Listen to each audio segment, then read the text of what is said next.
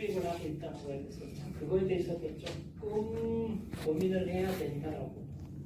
그러다 보니까 그나마 법인 시설들은 누구도 이윤 창출할 일이 없으니까 그 재정 내에서 안전하게 운영을 하고 있는데, 자세히 보면 이게 시설이 낙후되면 개수생활 예산에 또 한계가 와요.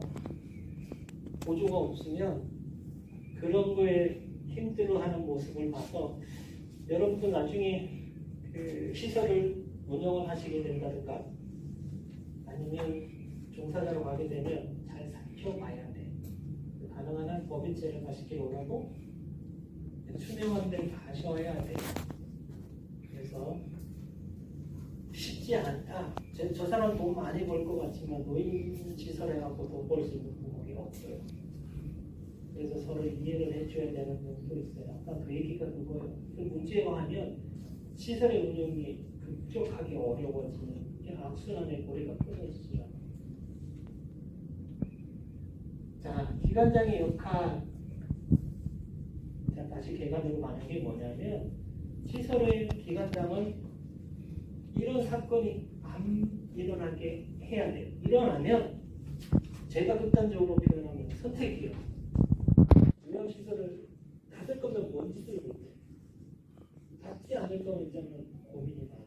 이거를 이뤄내서 처리할 거냐 아니면 어쩔 거냐. 덮으면 누가 희생돼야 돼. 종사자들이 희생돼야 될 경우가 많거든요. 그래서 뭐다? 항상 예방이 중요하다. 제가 지금 계속 얘기하는 것 중에 건강을 잃고 나면 돈을 해결해야 돼요. 돈이나 많으면 모를까. 돈이 많아도 안 되는 사람이 있더라고요. 이건 그냥 79에 주는 거고 참 인생 허무하다. 그렇게 부자도 약 없어요. 네. 그래서 항상 뭐든지 요양기관이든 여러분들의 건강이든 항상 사전 예방. 근로계약심서, 요양원에 이제 이거 설명 다 해야 되는 거. 그 다음에 이런 보건폭행, 성희롱 예방, 기타 등등 종사자들도 시설장이 책임지고 해야 돼요. 이게 안 돼 있으면 이게 문제가 뭐냐면 정부에서나 기관에서 평가한다고 그러고 검사 나온다고 그러면 그때 잠깐이에요. 그러고는 어떤 일이 벌어져요. 종사자가 퇴직하고 새 사람 들어오면 알고 있겠지 하고 뭐 하고 넘어가요? 알겠지 하고 그냥 넘어가요. 그러고는 회의록에는 몇 달 며칠 했다? 근데 그 중에서 어떻게 해요? 생자들이 있어요 없어요? 그러니까 사건 사고가 벌어져요. 수술이 안 되고 심지어 오늘 어제부터 기사에 헐백에서 후대기 나왔다고 해서 지금 제가 내용을 안 하고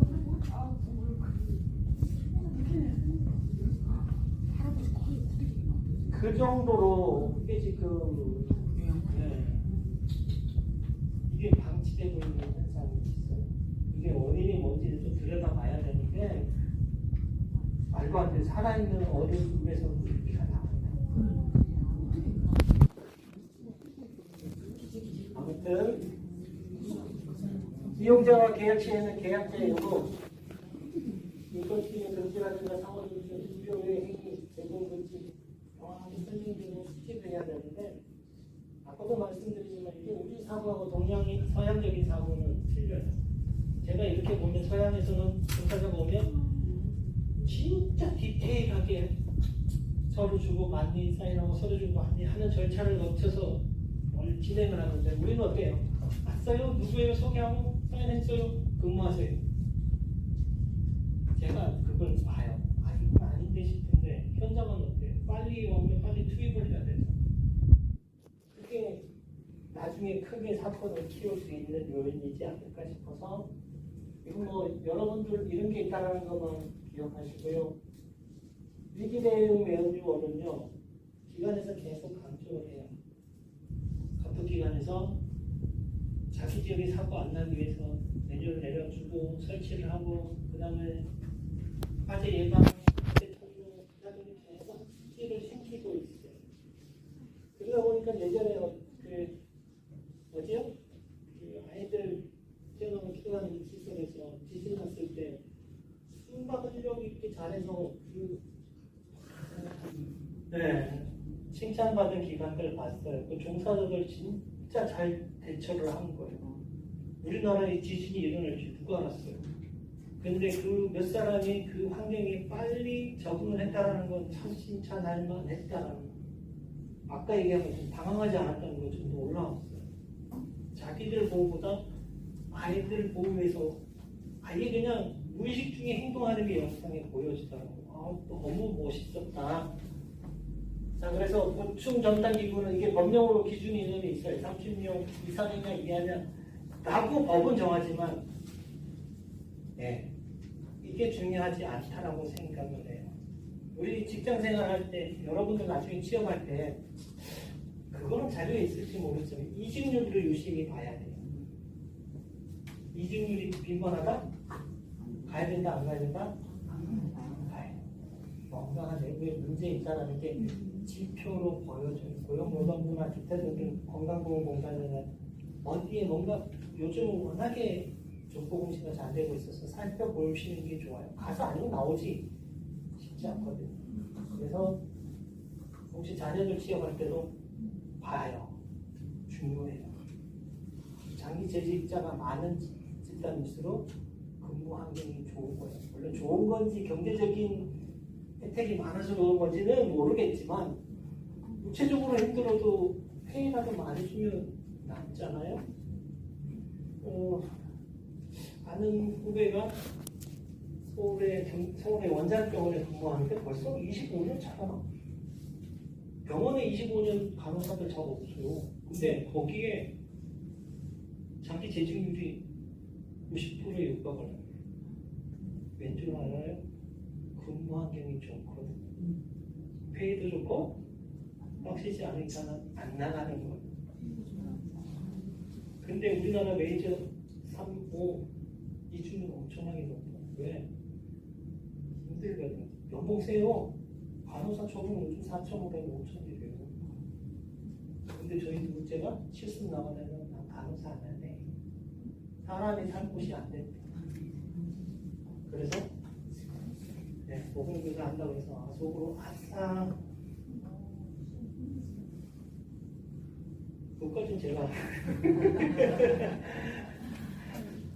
예, 본인이 알아서 할 거니까 저는 선택을 잘했다고 생각을 해요. 저는 우리나라 의료 체계 속에서는 너무 자기 희생이나 뼈를 갈아넣고 있어서 선택을 잘했다고 그랬는데 아무튼 그런 거 있다라는 거. 이 고충 전담 기구는 여러분들 혹시 나중에 관리자가 되면 좀 살펴봐 줘야 된다는 생각이 들어요. 그 다음에 정기적인 위기 대응 교육. 이거 노인시설에 저는 제일 관심 둬야 될 게 뭐냐면 영주는 지진은 없을 거예요. 그런데 화재가 문제될 일이 너무 많아요. 시설을 가보면 야간 근무자 2명, 3명 가지고 화재 나면 좀 어떻게 할 거예요? 좀 답이 안 나와요. 제가 시설 갈 때마다 버릇처럼 피나무 이렇게 살피거든요. 어떻게 할 거예요?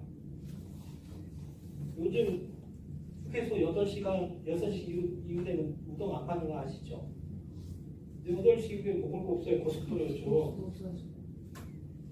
왜냐? 요즘 인건비부터의 그 이윤이 안 나오니까 다 못 닫아버리는 것처럼 시설이 지금 그래요. 야간 종사자를 주관처럼 일대일로 둘 수 있다? 절대 운영 못해요. 그런데 위기 대응 가능할까? 저는 의문이에요.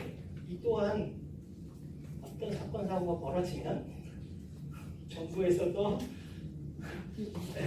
또 관련 규정이나 법규를 개정을 해서 보충을 하겠지만 제가 지금 복지시설 다니면서 보면서 이 위기 대응이 될까라는 거에서 캐션 마크. 자, 사후 조치. 아까는 사전이라 그러면 대응 방법의 1단계는 어떻다? 장기 요양 요원의 안전 확보 및 지원, 수급자 보호자 장기 요양과 상담. 보다 지금 인권 침해 사례 예를 들어서 지금 이 수급자가 사연자가 이런 사례를 사건을 치고 있습니다.